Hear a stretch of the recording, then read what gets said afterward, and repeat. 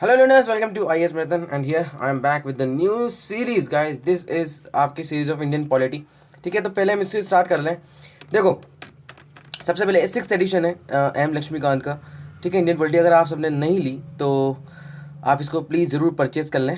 ठीक है, मेरे कुछ नोट्स हैं इसी के, उससे हम डिस्कस करेंगे, थोड़ा बहुत बुक से करेंगे. और मोस्ट इंपॉर्टेंट थिंग क्या है, इंडियन पॉलिटी को अगर आपने सिर्फ एक बुक पर डिपेंड होकर के पढ़ लिया, मैं ये नहीं कह रहा हूँ कि लक्ष्मीकांत से नहीं पढ़ना, बिल्कुल Laxmikanth is the most important source. बहुत इजीली लैंग्वेज में हम इसको कवर कर सकते हैं जितना हमारे एग्जाम परस्पेक्टिव से आता है. ठीक है, बट यूपीएससी जो है वो क्वेश्चंस को आजकल पिछले लास्ट 4 से 5 सालों में बहुत फिलोसॉफिकल क्वेश्चंस आते हैं इंडियन पॉलिटी से, और डायरेक्ट फैक्चुअल क्वेश्चंस भी आ रहे हैं. ठीक है, अगर आपने प्रीवियस ईयर्स के पेपर देखे हों.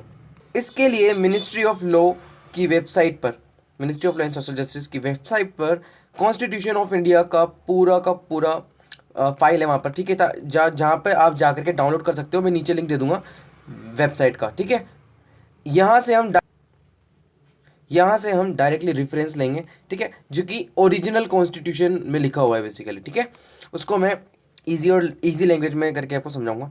ठीक, जिससे आपको ये पता चलेगा कि ओरिजिनली कॉन्स्टिट्यूशन में क्या लिखा है. और बेसिकली बुक्स में तो हमारे सिविल सर्विसेज एग्जामिनेशन के पर्सपेक्टिव से लिखा हुआ है. इससे हम बहुत सारे क्वेश्चंस निकालने वाले गाइस. बिलीव मी, हम क्वेश्चंस भी करेंगे, प्रैक्टिस भी करेंगे और रिवीजन भी करेंगे. ये एक बहुत ही कॉम्प्रिहेंसिव वीडियो होने वाली है, पूरी कॉम्प्रिहेंसिव प्लेलिस्ट बनेगी. स्टार्टिंग से तैयारी करने वालों के लिए तो जैकपॉट है, और जो लोग रिवीजन कर रहे हैं तो उनके लिए हम लेसन के एंड में एक समरी डालेंगे, या फिर हम पूरी एक ओवरऑल समरी बना करके डालेंगे. ठीक है, और अगर आपको सिर्फ और सिर्फ रिवीजन करना है क्योंकि आपने लक्ष्मीकांत पढ़ी है, और मैं हाईली रिकमेंड करूंगा कि आप लेटेस्ट एडिशन पढ़ना, क्योंकि उसके अंदर आपको जो लेटेस्ट डेवलपमेंट जो किए गए हैं वो तो हम वैसे भी समझाते ही हैं. ठीक है, तो वो देखने को उसके अंदर मिलेंगे. तो कॉम्प्रिहेंसिव है, काफ़ी सारे सोर्सेज हैं. तो पॉलिटी के लिए तो आप निश्चिंत हो जाएं एकदम. ठीक है, बहुत अच्छा स्कोप है. पॉलिटी में अच्छे क्वेश्चंस आते हैं और अच्छे मार्क्स भी आप उसमें लेकर आ सकते हैं. ठीक है, प्रीलिम्स में और मेंस में एक काफ़ी अच्छी अंडरस्टैंडिंग होनी चाहिए आपको गवर्नेंस ऑफ इंडियन सिस्टम का. ठीक है, जो हम ओरिजिनल कॉन्स्टिट्यूशन से डायरेक्ट निकालेंगे. जैसे कि यहाँ पर देखो आप, यूनियन एंड टेरिटरी जो कि फर्स्ट आर्टिकल है. ठीक है ना, जिसके अंदर यूनियन समझाया गया है. लेकिन लक्ष्मीकांत में एक हम कह सकते हैं कि बहुत ही ब्यूटीफुली लिखी गई बुक है. हिस्टोरिकल बैकग्राउंड क्या है ना, किस तरीके से, इसके अलावा जो मेकिंग ऑफ कॉन्स्टिट्यूशन है वो क्या हुआ था, कॉन्स्टिट्यूएंट असेंबलीज की हुई थी, है ना, वो सब आपके लिए लेकर के आऊँगा डेफिनेटली, क्योंकि हम सिक्स एडिशन का रिव्यू भी कर रहे हैं. उसको हम डिटेल पढ़ेंगे लाइन बाय लाइन, है ना. और ये जो ओरिजिनल कॉन्स्टिट्यूशन है हम उसका रेफरेंस लेंगे हमेशा से. ठीक है, हम कोई ओरिजिनल कॉन्स्टिट्यूशन पढ़ने नहीं बैठे यहाँ पर, हम कोई लॉ नहीं पढ़ना हमको. ठीक है, हमको सिविल सर्विसेज एग्जामिनेशन के लिए पढ़ना है, तो इसका रेफरेंस लेंगे. हमारा मेन फोकस रहेगा लक्ष्मीकांत की सिक्स एडिशन की बुक. ठीक है, इंडियन पॉलिटी.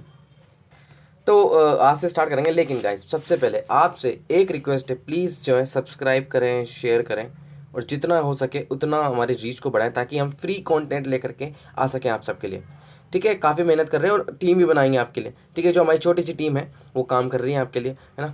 और भी ज़्यादा हम यहाँ पर तत्पर हैं आपके लिए काम करने के लिए. तो सर्विस हमको आपको देनी है, सपोर्ट आपको हमको करना है. ठीक है, अब यहाँ पर जो सबसे पहला चैप्टर है वो है आपका हिस्टोरिकल बैकग्राउंड का, राइट. तो हम यहाँ पर देखना बहुत ही इजीली वे में इसको कवर करते हुए चलेंगे. सबसे पहले आपको पता है कि 1600 में ईस्ट इंडिया कंपनी बनी. 1765 में दीवानी राइट्स मिल गए. दो तरीके के राइट्स होते थे गाइस, आपको हिस्ट्री में पढ़ाया है मैंने. हिस्ट्री की जो है सीरीज जा करके देख लेना, प्लेलिस्ट. ठीक है, बहुत डिटेल में पढ़ाया मैंने हिस्ट्री. तो दीवानी राइट्स के साथ एक और होते थे फौजदारी. ठीक है, एक होते थे दीवानी और एक होते थे फौजदारी. तो अब दीवानी राइट्स को हम यहाँ पे फोकस कर रहे हैं. दीवानी राइट्स का मतलब है जो बेसिकली ईस्ट इंडिया कंपनी ले लेती थी यहाँ के एम्परर्स से, स्पेशली जो मुगल एम्परर्स होते थे. यहाँ पर बंगाल, उड़ीसा और बिहार के दीवानी राइट्स मिल चुके थे. किनको? ईस्ट इंडिया कंपनी को वायद शाह आलम ने दिया था. ठीक है, मुगल एम्पर थे. इसका मतलब होता है रेवेन्यू और सिविल जस्टिस पे बेसिकली राइट्स इनको मिले गए थे. ठीक है, तो अब ये यहाँ पर स्टार्ट हुआ. अब यहाँ पर टेरिटोरियल पावर मिलने लगी इनको. आई मीन टेरिटोरियल पावर की तरह उभरने लगी. उसके बाद डायरेक्ट रिस्पॉन्सिबिलिटी आफ्टर 1858, क्योंकि सिपोई मिनटी नहीं होगी थी, आप सबको पता है. बहुत बेहतरीन तरीके से, बहुत डिटेल में समझाया हुआ है मैंने. ठीक है, जाकर देना. फिर ये रूल कब तक रहा आपका? रहा ये 15 अगस्त 1947 तक. अब आप सबको पता है कि 1946 में बेसिकली क्या, जो हमारी कॉन्स्टिट्यूंट असेंबली है वो बनाई गई थी. ठीक है, और सबसे पहले इसको एम एन रॉय, ठीक है, M.N. रॉय, जो कि बहुत बड़े कम्युनिस्ट लीडर स्टार्टिंग में, फिर बाद में इन्होंने इनकी बेसिकली इनको बहुत कंफ्यूज्ड बोला जाता है, ठीक है, कंफ्यूज लीडर थे वो, इसलिए क्योंकि सरकास्टिकली बोला जाता है बिकॉज इन्होंने काफ़ी बार अपनी आइडियोलॉजी चेंज किया। पहले गांधी जी के अपोजिशन में ये आइडियोलॉजिकल पर्सपेक्टिव था इनका, फिर बाद में उनसे सहमत भी होने लगे थे बाद में, ठीक है। फिर इनको इनकी बेसिकली पॉलिटिकल आइडियोलॉजी है वो हम पॉलिटिकल साइंस ऑप्शनल में पढ़ाएंगे आपको, ठीक है। अब इतना याद रखें कि इन्होंने सबसे पहले सजेस्ट किया था कॉन्स्टिट्यूएंट असेंबली के बारे में, ठीक है।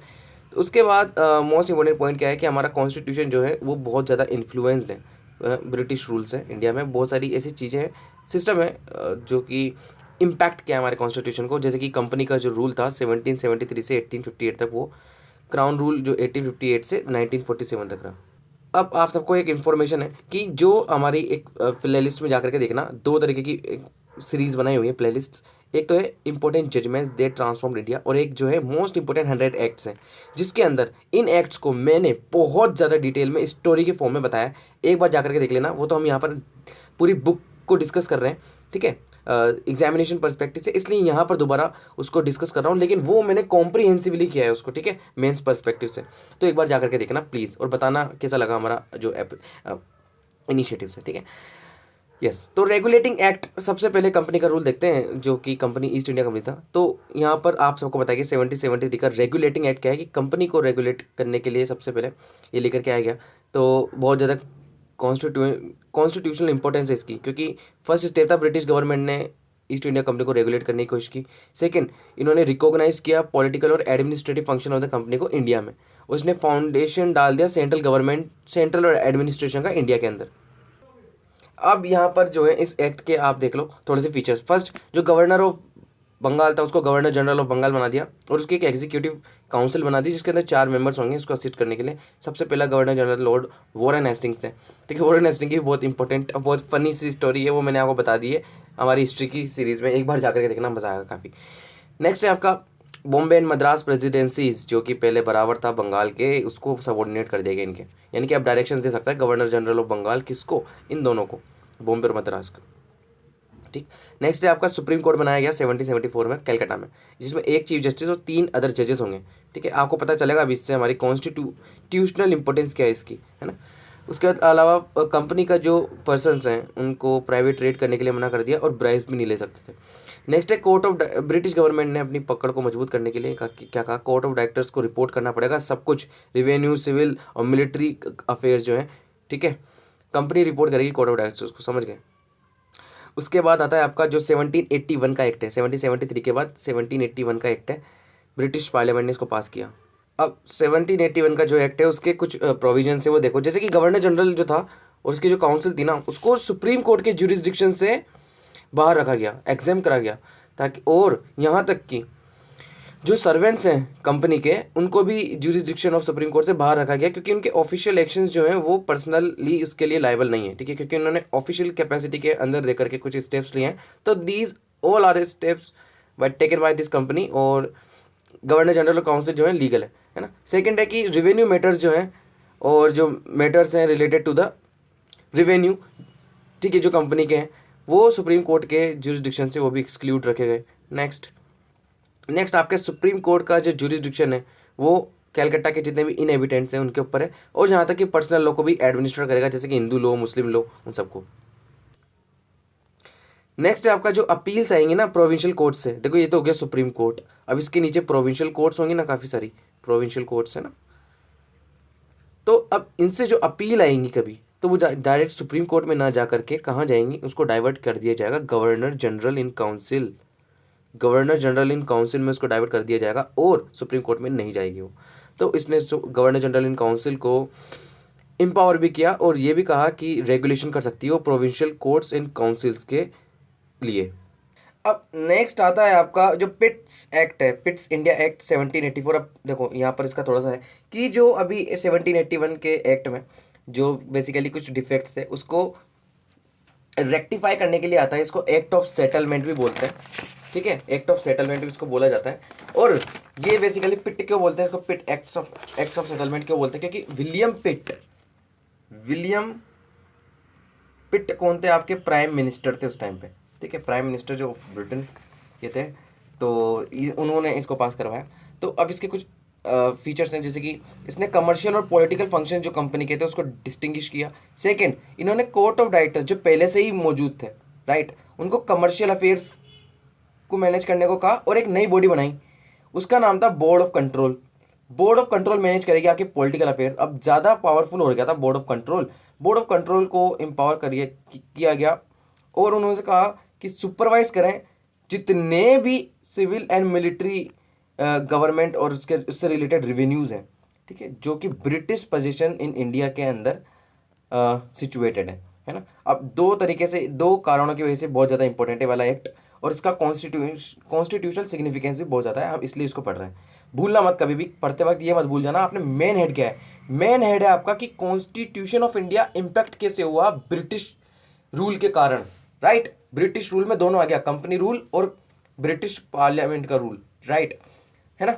तो पहला कारण क्या है पिट्स इंडिया एक्ट के इंपॉर्टेंट होने का? पहला तो ये कि इसने ब्रिटिश पोजीशन ऑफ इंडिया बोला गया सबसे पहले, यानी कि इंडिया में जितनी भी प्रॉपर्टीज़ हैं कंपनी की वो सब ब्रिटिश पोजीशन है, ठीक है। सेकंड ये है कि सुप्रीम कंट्रोल हो गया अब तो कंपनी के ऊपर ब्रिटिश गवर्नमेंट का, पार्लियामेंट जो बोलेगी वही होगा।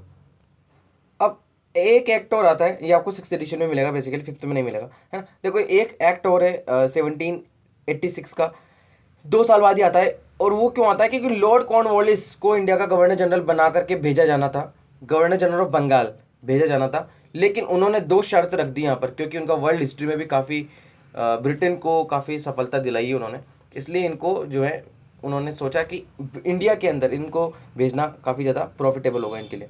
तो लॉर्ड कॉर्नवालिस ने 2 डिमांड रखी कि मैं 2 शर्त मेरी कंप्लीट होगी तभी मैं जाऊँगा। तो पहली इनकी शर्त थी कि इनको कभी कभी, यानी कि स्पेशल केसेस में, जो गवर्नर जनरल इन काउंसिल है ना, उसके डिसीजंस को ओवरराइड करने की ताकत मिले। तो इनसे कहा कि ठीक है जी। सेकंड, इन्होंने कहा कि कमांडर इन चीफ जो है वो यही रहेंगे, जितने भी आर्मी नेवी हैं उन सब का, ठीक है। तो सिर्फ और सिर्फ कॉर्नवालिस को गवर्नर जनरल बनाया जाए, इसलिए इनको यहाँ पर ये वाला एक्ट लेकर के आया गया, ठीक है। नेक्स्ट इंपॉर्टेंट एक्ट है वो आपका charter act of 1793, sir and ma'am. देखो यहाँ पर क्या होगा कि सबसे पहले इन्होंने इस वाले एक्ट के अंदर क्या कहा कि जो कॉर्नवालिस को ओवरराइडिंग पावर दी रखी थी ना, हाँ, उनको एक्सटेंड कर दिया सारे गवर्नर जनरल्स और गवर्नर्स ऑफ प्रेसिडेंसी। अब देखो यहाँ से क्वेश्चन फंसेगा गाइस, इंपॉर्टेंट मार्क कर लेना इसको, कि क्या 1793 के एक्ट के अंदर सिर्फ गवर्नर जनरल्स को ओवरराइडिंग पावर्स थी क्या? नहीं sir and ma'am, governor generals of presidencies को भी था, राइट। तो ये क्वेश्चन है। अब इसके अलावा आएगा कि गवर्नर जनरल को ज़्यादा पावर दी गई, है ना, और ताकि वो जो इनके सबऑर्डिनेट प्रेसिडेंसीज है ना, बॉम्बे और मद्रास, काफ़ी लड़ते थे लोग, तो उसका क्या इनके ऊपर ओवरराइडिंग पावर्स है, सबऑर्डिनेट जो है मद्रास और बॉम्बे के गवर्नर्स। नेक्स्ट है आपका वही कंपनी की मोनोपोली, जो ट्रेड मोनोपोली थी वो अगली 20 साल के लिए फिर बढ़ा दी गई। नेक्स्ट है कमांडर इन चीफ जो रहेगा, जब तक कि उसको अपॉइंट नहीं किया जाएगा गवर्नर जनरल काउंसिल में, वो आ नहीं सकता। लास्ट है जो आपका है कि members of board of control थे ना, और जो उनके स्टाफ थे, उनको इंडियन रिवेन्यू से उनकी सैलरी जाएगी। तो ये था 1793 के एक्ट में। अब जो नेक्स्ट इंपॉर्टेंट एक्ट है वो आता है आपका 1813 का, जिसके अंदर क्या कहते हैं कि ट्रेड मोनोपोली जो है वो कंपनी की अबॉलिश कर दी जाएगी। अभी हमने देखा 1793 में तो इनको काफ़ी कुछ दिया गया था। अब देखो पार्लियामेंट ने क्या करा कि ट्रेड मोनोपोली जो कंपनी का धीरे धीरे ख़त्म कर रहे हैं, है ना, कि जितने भी ब्रिटिश मर्चेंट्स हैं अब जो हैं वो अबॉलिश उनकी मोनोपोली। बस जो ईस्ट इंडिया कंपनी की ट्रेड है टी में, उसको मोनोपोली है, और सब तरीके के ट्रेड्स चाइना के साथ, इनमें पूरी तरीके से मोनोपोली है। तो ये कहा गया इस एक्ट के थ्रू। अब इन्होंने वापस से असर्ट किया sovereignty of the British crown, जो कि ईस्ट इंडिया कंपनी टेरिटरीज थी इंडिया के अंदर, उस पर।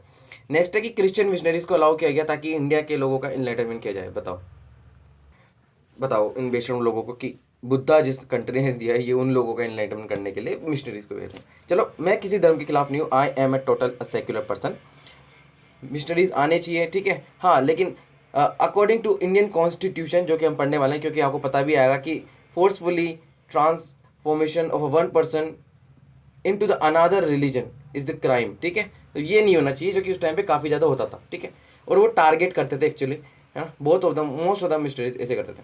नेक्स्ट है आपका स्प्रेड ऑफ वेस्टर्न एजुकेशन, जो है ब्रिटिश टेरिटरी जो इंडिया में, उसमें इनको दिया जाएगा, ठीक है। नेक्स्ट है जो लोकल गवर्नमेंट्स हैं वो अब पर्सनस पे टैक्स कर सकती है, टैक्स लगा सकती है, और न देने पर उनको पनिश भी कर सकती है। नेक्स्ट इंपॉर्टेंट एक्ट आता है आपका चार्टर एक्ट ऑफ 1833, जिसके अंदर बेसिकली ये फाइनल स्टेप था सेंट्रलाइजेशन करने का ब्रिटिश इंडिया में, हाँ, पार्लियामेंट का। अब यहाँ पे क्या कहा, गवर्नर जनरल ऑफ बंगाल को बना दिया गया है totally governor general of India, और पहला गवर्नर जनरल ऑफ इंडिया बना कौन, आपका लॉर्ड विलियम बेंटिक। ठीक है, पहली बार गवर्नमेंट ऑफ इंडिया का यहाँ पर नाम आया, और इसने अथॉरिटी जताई पूरी all over the Indian territories possessed by the British company और ब्रिटिश पार्लियामेंट।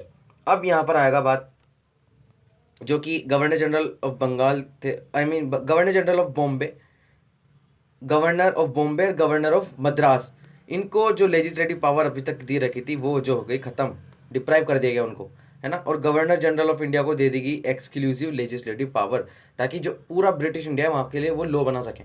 तो अब जो अब तक इतना ये हो रहा था, रेगुलेशंस कर रहे थे ब्रिटिश पार्लियामेंट, अब तक रेगुलेशंस कर रही थी, लेकिन अब एक्ट बना सकती है, क्योंकि गवर्नर जनरल ऑफ क्या है, basically governor general of India बन चुका है। अब यहाँ पर हर जो भी काम होगा वो होगा टोटली अंडर द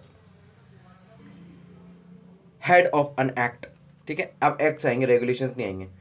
नेक्स्ट है आपका जो ईस्ट इंडिया कंपनी है, उसका जो एक्टिविटीज़ थी वो अब तक एज अ कमर्शियल बॉडी काम कर रही थी, अब उसको एंड कर देगा कि आप अब कमर्शियल बॉडी नहीं है, आप एडमिनिस्ट्रेटिव बॉडी हैं, अब प्योरली एडमिनिस्ट्रेटिव बॉडी की तरह काम करेंगी। ठीक है, और किसके अंदर करेंगी, under the his majesty's his heirs and successors. ठीक है, interest of his majesty's heirs and successors. ठीक है, क्वीन के अंदर रहेंगे। अब उसके अलावा नेक्स्ट प्रोविजन है ओपन कंपटीशन लेकर के आया जाएगा 1833 के एक्ट के अंदर, सुनना ध्यान से।